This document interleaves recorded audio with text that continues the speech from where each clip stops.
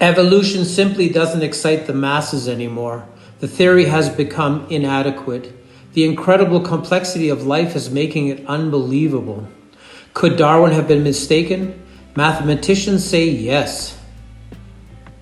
A shift in thinking is happening. A third option is needed, something revolutionary, something new. Religion isn't grounded enough to explain the origin of life. Users want more information. They want to understand a lot more what the origin of life means. The gods are simply too separate from this modern world. Information is ruling this world. Our thoughts are unsatisfied with the answers that are offered to us. Does the world need another theory explaining the origin of life, the diversity of life, the energy of life? Do we need another theory? And my answer is yes. And the reason I think this way is because almost everybody is unhappy with the theory of evolution and with creationism. The issue is information is readily available. So the mathematicians have had a really good go at the theory of evolution, and the math doesn't work.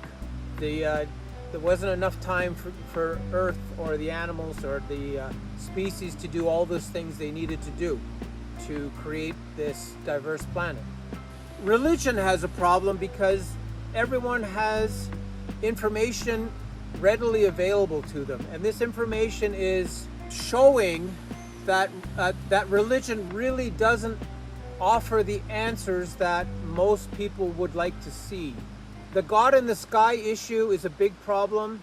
There's a lot of people that have a sense that whatever is doing what needs to be done on this planet is on the planet itself. It's inside us. It's an inner soul. It's an inner voice. And that inner voice is very powerful. It makes great decisions to keep us alive. It makes great decisions to keep communities alive. It most likely is the creator of all life. It definitely is the glue that is keeping all life together. The connectivity that is all around us has to be explained. Evolution doesn't do that, and religion tries to do it, but people are a little bit skeptical about that because it's not really something they can sink their teeth in. Let's say in 2050, they find the soul inside us. They find this being that is responsible for us to stay alive and to be alive. For all life, it's responsible. It's inside all types of life, from plants to animals to whatever that is alive, bacteria. All of a sudden, if that were to happen, if some scientist said, look, I found the soul, I found the life form that is responsible for all this energetic creation, that would be the end of evolution, and that would be the end of religion. Because now we would have something tangible, something understandable. And that's what's really good about this theory is if you analyze the theory of evolution, creationism, there is a separation between us and the answers. And having the answers inside our own bodies, if we look inwards, and these answers are very powerful, and they are very solution-oriented. You cut your finger, it sends a message to clot it. You have digestive problems, it sends chemicals to fix the problem. It's very close to an onboard computer, but way more sophisticated. The interesting part of evolution and creationism, it never discusses these incredible healing abilities that we have inside our body. It never discusses the rapidness of solutions that are applied to our salvation. If we truly are capable of surviving this complicated life form that we are so complicated, something has to be organizing it, controlling it, making changes, giving commands. All those things have to be internal. That is why we can't figure out life. We can't figure out why we are so complicated, because that originator or the maintainer or the creator is never being discussed. He's left out of this equation. And the moment we say, okay, there's some control center, some organism living inside us that is making all these incredibly important decisions for us. In that moment, our complex life makes sense. Our complex life is understandable, organizable, and we have all the answers we want. Every single answer would be answered if we have some living organism, whatever it may be, if that organism moves us along, creates life, maintains life. If that were to occur, then the world would be a very different place, because we would understand what it means to be human. We would understand why we are capable of staying alive when we have the flu or whatever it may be. There is obviously something helping us. There's obviously something making decisions for us. It is guided. It knows what it has to do. It has created life before. It has sustained life before. So it's a very interesting third opportunity for humans to think that maybe we have to start looking inwards more and more to understand what it really means to be alive and what it means to be human. So far in our society, we've had two main competitors that are explaining the origin of life. The first one is the theory of evolution by Darwin. It is slowly disintegrating because of, mathematicians figuring out that it's absolutely impossible what he's proposing. And also this macro and micro evolution are really putting a real damper on the theory of evolution. It just doesn't work. Micro does, macro doesn't. And without the macro, you can't have any form of evolution the way they're describing it. Now, when we get to a religion, it gets very interesting.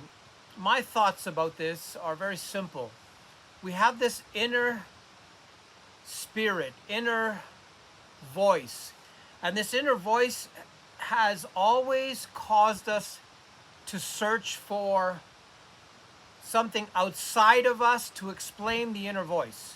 And that might sound crazy, but it is probably the reason why religions exist, is because we know there's something inside us that doesn't make sense, something that is almost external, but is still inside us, a being that is living inside us that doesn't belong inside us, or does belong inside us, however you want to look at it. But it has caused curiosity over the years. We've always been curious about how is it that we have this weird feeling inside us, that there's something going on inside us that is different from everything else. The religious side of it, the creationism, is losing steam as well.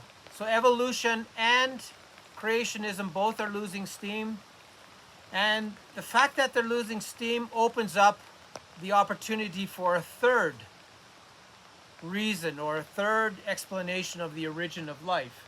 And that's where I come in. I want to explain that we have souls living inside us that are responsible for creating life, creating the diversity that we have on this planet and many other planets.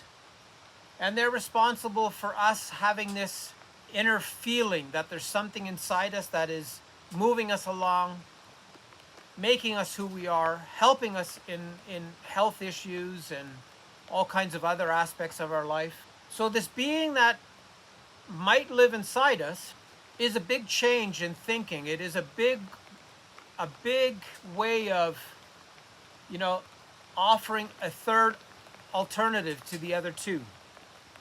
And this third alternative, if you really think about it, is the most logical out of the three. Evolution is removed. You need species to do certain things to turn into new species. It is really complicated. Religion is really complicated because religion has a gray-bearded man in the sky doing all these things for us, doing all these things to us, with us. It's hard to believe in somebody that is so far away. So if I have, my kidneys are hurting me, or my my stomach is upset, whatever it may be, God is too far away to help me. I need something inside me to help me immediately. Okay, this is the pathway. This is how we're going to heal you. This is what we're going to do. It is inside us. It has to be inside us because it's close to us. It's internal. It is immediate. It is logical. It has the right answer. This idea of the right answer is really important. Moreover, our body chooses the right answer to heal us, especially if we are in communication with our body. Then it's even easier. Then the body knows where the problems are. We know how to focus on those problems. So this listening to your inner voice really makes it interesting that you actually have this idea that there's something inside you working alongside with you. Now, it doesn't really matter what you call it, if you call it the soul or if you call it anything else. The fact that it is on site in real time makes it an incredibly interesting entity. It is logical. It is effective. It is smart. It does all these smart things for us to keep us alive. It does all these things that are hard to understand, but yet the job gets done.